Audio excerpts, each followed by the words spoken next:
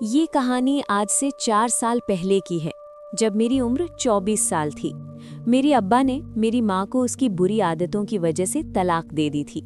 मेरी माँ शहर में एक किराए के मकान में रहती थी। हम 4 बहनें थीं और हमारा कोई भाई नहीं था। अब्बा हमें अम्मी से फ़ोन पर बात करने से मना नहीं करते थे। हम चारों बहनें रोज़ अम्मी से बात किया करती थीं। शहर में अम्मी अपनी मर्जी से जिंदगी गुजार रही थी। ना कोई रोक टोक थी और ना ही किसी का खौफ। जब मैं अम्मी से फ़ोन पर बात करती थी तो वो मुझसे कहती थीं कि तुम चारों बहनें मेरे पास आ जाओ, मैं तुम लोगों के सहारे ज़िंदगी गुजार लूँगी। मैं यहाँ बहुत अकेली हूँ।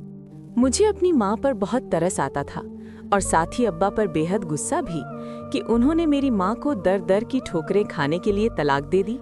लेकिन मैं ये नहीं जानती थी कि मेरी माँ कैसी औरत है। एक दिन मैंने अब्बा से कहा कि हमें कुछ दिनों के लिए अम्मी के घर छोड़ आए। जैसे ही अब्बा ने ये बात सुनी, वो हमें मारने पीटने लगे और अम्मी से फ़ोन पर बात करवाना भी बंद कर दिया। यहाँ तक कि हमारा घर से बाहर निकलना भी खत्म हो गया। हम अब्बा की इन सख्त पाबंदियों से तंग आ चुकी थीं। मैंने सोच लिया था कि जैसे ही मौका मिला, मैं अपनी बहनों को लेकर अम्मी के पास चली जाऊंगी। एक दिन मौका मिलते ही मैं शहर आ गई। एक रात तकरीबन 2 बजे मेरी आंख खुली। दूसरे कमरे से कुछ आवाजें आ रही थी। मैंने उस कमरे की खिड़की से अंदर झांका तो मेरे पैरों तले जमीन निकल गई। कमरे में मेरी माँ के साथ 2 आदमी थे। मेरी माँ कभी एक के पास जाती तो कभी दूसरे के पास। मैं काफी देर तक ये सब देखती रही। जब वो तीनों कपड़े पहनने लगे तो मैं वापस अपनी चारपाई पर आकर लेट गई। सुबह मैंने अम्मी से इसका कोई जिक्र नहीं किया। 2 दिन गुजर गए। फिर मैंने अम्मी से पूछा कि उस रात कौन लोग आए थे। अम्मी समझ गईं कि मुझे सब मालूम हो चुका है। उन्होंने कहा, मेरी प्यारी बेटी, इस काम में बहुत मज़ा है और पैसा भी बहुत है। बगैर मेहनत के पैसा आ जाता है और हम 2 वक्त की रोटी खा लेते हैं। तब मैं समझ गई कि अब्बा ने अम्मी को तलाक क्यों दी थी। 2-3 महीने तक मैं अम्मी का ये काम देखती रही। एक रात एक लड़का आया।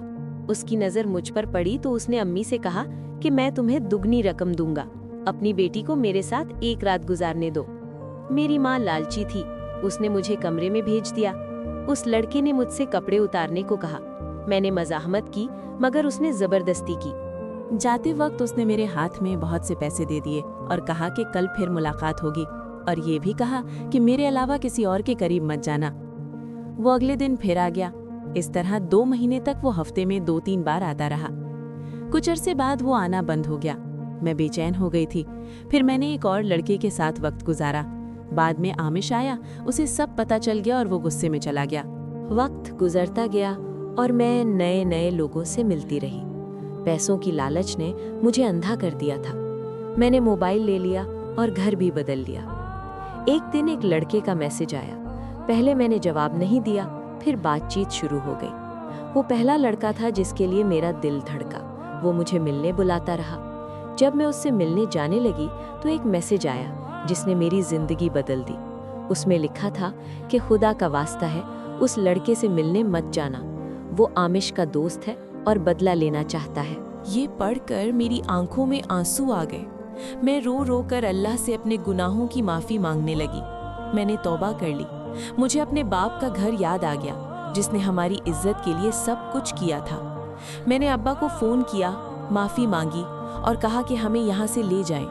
अगले दिन अब्बा आए और हम चारों बहनों को लेकर गांव वापस चले गए। कुछ अरसे बाद मेरी शादी हो गई। आज मैं अपने शौहर और बेटे के साथ खुशहाल जिंदगी गुजार रही हूँ।